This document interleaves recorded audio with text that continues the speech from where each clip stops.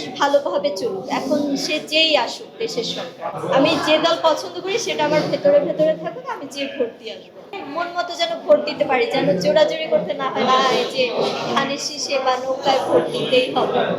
আমি আমার আমি আমার মতো করে ভোট দিই। নির্বাচন নিয়ে আপনার চিন্তা ভাবনা কি? দেশের বাড়িতে যাব, যে তারপর ভোট দিয়ে আসবো, কিন্তু কাকে দিব বলবো না। আচ্ছা সেটা ঠিক আছে, আসলে কেমন চান, আসলে কেমন চান, কারণ আমরা একটা অনেক বড় একটা সময় পার করে একটা নির্বাচনে এসেছে, কেমন দেখতে চান বাংলাদেশ? সুষ্ঠু সুন্দরভাবে যেন ভোট কেন্দ্রে আমরা যেতে পারি এবং নিজের মন মতো যেন ভোট দিতে পারি, যেন জোরাজুরি করতে না হয় না এই যে ধানের শীষে বা নৌকায় ভোট দিতেই হবে। আমি আমার মতো করে ভোট দিই। আর রাজদীপাকে অনেকেই মন্তব্য জুড়ে দেয় যে রাজদীপা হয়তো ইসলামিক মাইন্ডের জামাত ইসলাম, অনেকেই মন্তব্য জুড়ে দেয়। ও ইসলামিক মাইন্ডের হলে কি জামাত ইসলাম? হতেই পারে, হতেই পারে। একদম।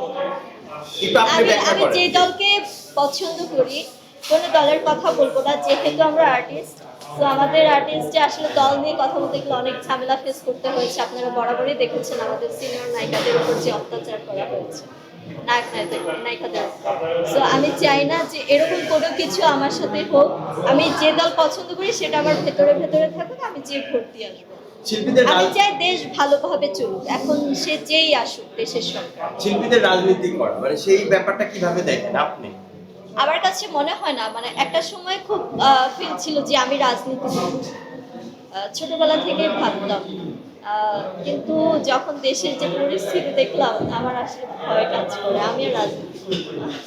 এবং একটা ব্যাপার লক্ষ্য করেছি যে রাজনীতির মধ্যে মানে একজনকে হেয় করে কথা বলা, মানে এই ব্যাপারগুলো আপনি কিভাবে দেখেন? বাইরের দেশে কিন্তু এই জিনিসগুলো নেই, কারণ একজনকে অ্যাপ্রিসিয়েট করছে, মানে আমাদের দেশেই আর কি একজন একজনকে নিচে নামানোর চেষ্টা করে, সেটা আপনার কাছে কেমন লাগে যে আর্টিস্ট? আমাদের দেশের জাতীয় খেলা কি?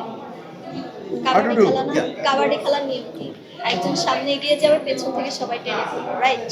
সো আমরা বাঙালি এরকম, আমাদের আমাদের বাঙালিদের ক্যারেক্টারটাই এরকম, কাবাডি খেলার মতো, ঠিক আছে? সো আসলে কেউ যে এগিয়ে যাবে, কেউ যে সাকসেস হবে, তার পেছনে আসলে সাপোর্ট না দিয়ে আমরা আসলে টেনে ধরি। বাহিরের দেশে আপনারা দেখবেন যে একজন শিল্পীকে আরেকজন শিল্পী সাপোর্ট দিচ্ছে, আমাদের দেশে মোটেও না। একজন যখন উঠে দাঁড়াতে যাবে তখনই 10 জন পেছন থেকে টেনে ধরছে। সো এই নিয়ে আর কোনো কিছু বলার নেই। এই টেন্ডেন্সিটা চেঞ্জ হওয়া দরকার কি, মানে আপনার? এটা চেঞ্জ হওয়া দরকার, কারণ আমরা যদি নিজের মানুষদের সাপোর্ট না দিই, বাহিরের দেশের মানুষ আমাদের সাপোর্ট দিবে না। সো আমরা যদি দেশের মধ্যে নিজেরা বিশৃঙ্খলার চেষ্টা করি, তাহলে আমাদের দেশের পরিবেশই নষ্ট হবে। সো আমি মনে করি যে নিজেদের পরিবর্তন করতে হবে। আমরা যে সরকারের উপর ডিপেন্ড করবো, সরকার পরিবর্তন করবে, ধ্যান করবে, ত্যান করবে, ভালো লাগবে তো ভালো লাগবে না, এটা করলে হবে না। আসলে আমাদের জনগণের আপনার